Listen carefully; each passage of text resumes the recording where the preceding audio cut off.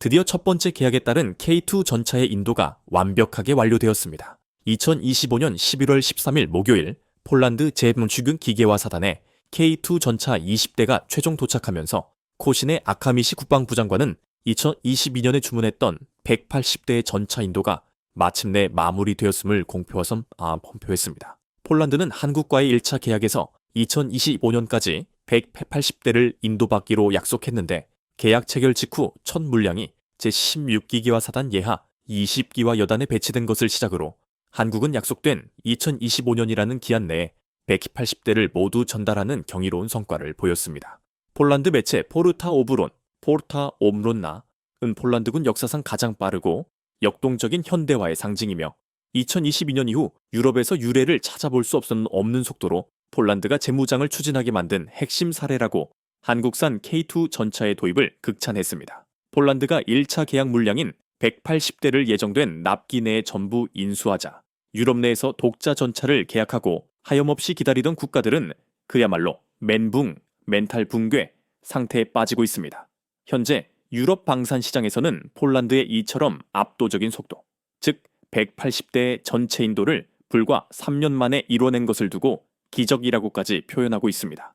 이는 그동안 경직되고 느린 유럽 방산 시스템에서는 절대 상상할 수 없었던 일이었습니다. 당장 러시아 국경을 마주하고 있는 노르웨이의 상황만 봐도 극명한 대비를 이룹니다. 노르웨이는 지난 2023년 독일의 러파드 2A7 전차 54대를 주문했습니다. 당시 러파드 2 전차는 한국의 K2 전차와의 치열한 경합에서 승리하여 수주에 성공했지만 놀랍게도 현재까지 단 한 대도 인도되지 못했습니다. 인도 시기는 끝없이 밀려나 2026년부터 2031년까지 단계적으로 이루어질 것이라고 합니다. 한국은 폴란드에 180대 K2 전차를 단 3년 만에 납품했지만 노르웨이가 54대의 러파드 전차를 모두 인도받으려면 무려 9년이라는 시간이 필요하게 된 것입니다. 게다가 유럽 방산의 관례상 보통 2-3년 더 늦어지는 경우가 다반사이기 때문에 이마저도 지켜질 것이라는 보장이 없다는 비관론까지 퍼지고 있습니다. 만약 러시아의 위협이 증대되는 이 엄중한 상황에서 노르웨이가 K2 전차를 선택했더라면 노르웨이는 이미 54대를 모두 인도받아 전력화했을 것이라는 분석이 지배적입니다. 최근 오스트리아가 러파드 2A 벨신 8대를 발표했는데 그 대당 가격은 무려 2,900만 유로, 한화로 430억 원에 달하며 이는 K2 전차 가격의 2배 이상으로 계약한 수치입니다. 오스트리아가 지정학적인 문제 때문에 어쩔 수 없이 독일산을 구입했겠지만 유럽 내부에서도 불만의 목소리가 터져 나오기 시작했으며 일부 국가들은 이탈 움직임까지 보이고 있습니다. 이제 러파드 전차는 느린 인도 시기와 엄청나게 비싼 가격으로 인해 경쟁력을 빠르게 상실하고 있습니다.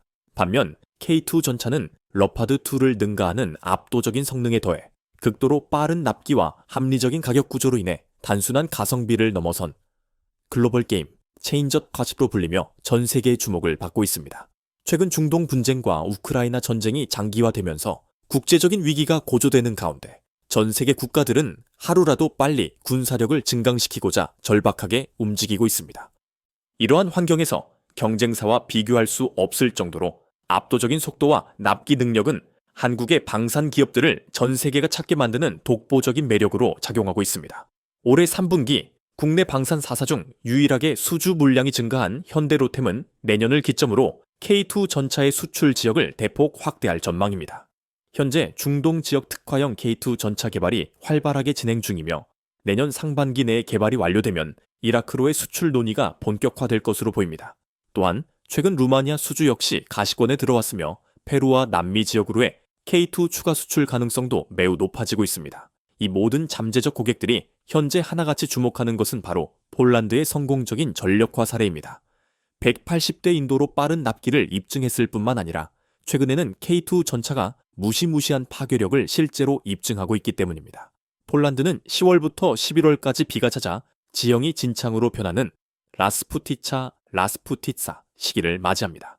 그동안 이 시기에는 전차나 장갑차의 야지 기동성이 제한되어 운용이 어려워 훈련이 힘들었으나 180대 K2 전차가 도착한 상황에서 이번 라스푸티차 훈련은 활기를 띠며 역동성까지 느껴지고 있습니다.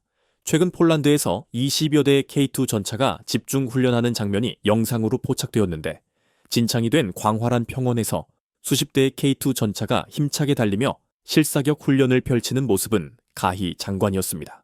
빠르고 정확한 조준 능력을 기반으로 하는 K2 전차의 움직임은 더욱 힘이 넘쳐 보였으며 불을 뿜으면서 이어지는 각각의 사격은 기술, 경험, 그리고 군인 본능의 완벽한 결합이라고 칭송되었습니다. 이뿐만이 아닙니다. K2 전차는 지금 폴란드 훈련 현장에서 험지와 진창을 가리지 않고 거의 만신창이가 될 정도의 강도로 가동되고 있음에도 불구하고 끄덕없는 뛰어난 내구성을 증명하고 있습니다. 제16기계화 사단의 공식 페이스북에는 K2 전차가 진흙탕이 된 지형을 돌파하고 무릉덩이를 헤쳐나가는 놀라운 장면이 영상으로 공개되었는데, 이를 두고 움직이는 현대의 힘, Moving Modern Power이라고 표현했습니다. K2 전차는 그 어떤 강도 높은 시험에서도 현대 기술의 정수가 무엇인지를 여실히 보여주고 있다는 것입니다. 제16기계화 사단 예하 기가벼단에서는 K2 전차로 집중 훈련받는 영상을 공개했는데, 산악지의 험지와 진창을 힘차게 달리는 역동적인 모습이 포착되었습니다. 여단 병사들이 전차를 몰고 돌진하는 사진이 공개된 후 집중 훈련을 마친 전차들이 진흙을 벗겨내고 다시 완전한 작전 준비 상태로 복귀했다는 사실이 전해지면서 그 성능에 대한 신뢰가 더욱 깊어졌습니다.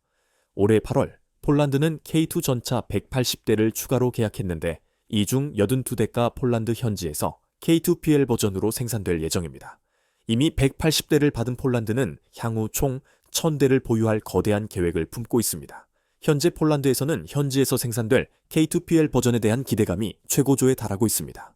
폴란드 군사매체 디펜스 입사 디펜스 타부시바트에서는 최근 K2PL과 관련하여 Dobré wiadomości są takie, że w tym tygodniu we wtorek podpisano umowę na transfer technologii dla czołgów K2. I teraz jak to wygląda? Wygląda to w sposób następujący, bo jest to umowa między Hyundai Rotem a zakładami mechanicznymi Bumarła Bendy. Rago Bodohamio, K2, Ionca Gisul, Ion 계약이 현대 로템과 부마르와 밴디, 부마르와 밴디 기계 공장 간에 체결되었다는 희소식을 전했습니다. 이 계약을 통해 부마르와 밴디는 한국 표준의 K2GF 전차와 향후 K2PL 전차에 대한 서비스 작업 및 정비 역량과 권한을 확보하게 되었습니다. 더욱이 전차 지원 차량들 역시 현재 설계 작업이 진행 중이며, 이번 기술 이전 계약이 화요일에 서명되었다고 해서 작업이 이제 막 시작되는 것을 의미하는 것이 아님을 명확히 했습니다. 현대로템과 부마르와 밴디의 엔지니어들은 이미 오래전부터 협력하여 공장 준비에 필요한 것들에 대한 타당성 조사, 투디움, 여디마이 코날로시를 준비하고 있습니다. 전차 공급에 관해서는 이미 결정된 대로 내년부터 2027년까지 2년이라는 매우 빠른 기간 동안 나머지 116대의 K2GF 전차가 계속해서 납품될 예정입니다. 현대로템은 이미 작년에 이 전차들을 최대한 빠르게 생산하기 위해 필요한 자재와 부품들을 미리 확보하며 준비 태세를 갖추었습니다. 또한 K2PL 버전의 첫 번째 표준 차량 포자디 우소르초베 세대가 한국에서 준비될 예정이며, 이 과정에는 폴란드 작업자들도 참여하여 한국 기술진의 감독회 훈련을 받게 됩니다. 이후에 물량인 61대의 전차는 부마르와 밴디 공장에서 생산될 것입니다. 중요한 점은 이 61대 K2PL이 끝이 아니라는 것입니다. 양국 간의 기본 협정 우모와 라모와 은 총 1000대 전차를 상정하고 있기 때문입니다. 두 번째 실행 계약이 서명될 때 향후 추가 계약은 오직 K2PL 전차만을 대상으로 할 것임이 명백하게 전달되었습니다. 이러한 K2PL에 대한 기대감은 단순한 폴란드 국내 보급을 넘어섭니다. K2PL은 폴란드에서만 사용되는 것이 아니라 한국이 유럽으로 수출하려는 야심찬 계획에 유럽 교두보 역할을 수행할 것이라는 전망이 지배적입니다. 폴란드는 1000대의 K2 전차를 보유하려는 계획을 통해 현지 생산을 발판 삼아 자국 보급은 물론 유럽 전역으로의 수출까지 염두에 두고 있는 것입니다. 한편 K2 전차 도입을 추진하는 루마니아는 이미 K9 자주포 현지 공정을 가동시키고 있으며, 한화에어로스페이스가 우리는 루마니아를 동유럽의 산업 거인으로 만들겠다라는 당찬 발언을 해 루마니아를 크게 고무시키고 있습니다. 앞으로 루마니아에서 생산된 K9과 레드백 장갑차가 유럽 전역으로 수출될 수 있다는 희망이 현실화되고 있는 것입니다. 과거 한국 방산은 독일, 프랑스, 영국 등 전통적인 방산 강국들이 버티고 있는 유럽 시장을 절대 뚫을 수 없을 것이라는 편견이 지배적이었지만, 한국은 기어코 이 견고한 장벽을 뚫어내고 있습니다. 폴란드가 유럽 최초로 K2 전차를 도입했을 당시 유럽 전역에서 K2 전차에 대한 관심이 폭발적으로 증가했으며, 미국의 에이브람스 전차와 독일의 러파드 전차와 비교하는 영상에는 가장 과소평가된 탱크 K2는 괴물, 몬스터이다 라는 댓글이 달릴 정도로 그 위상은 이미 확고해졌습니다.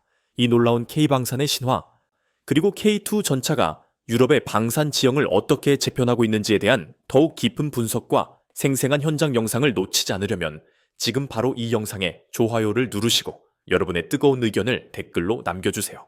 여러분의 참여가 대한민국의 방위 산업을 더욱 강력하게 만듭니다.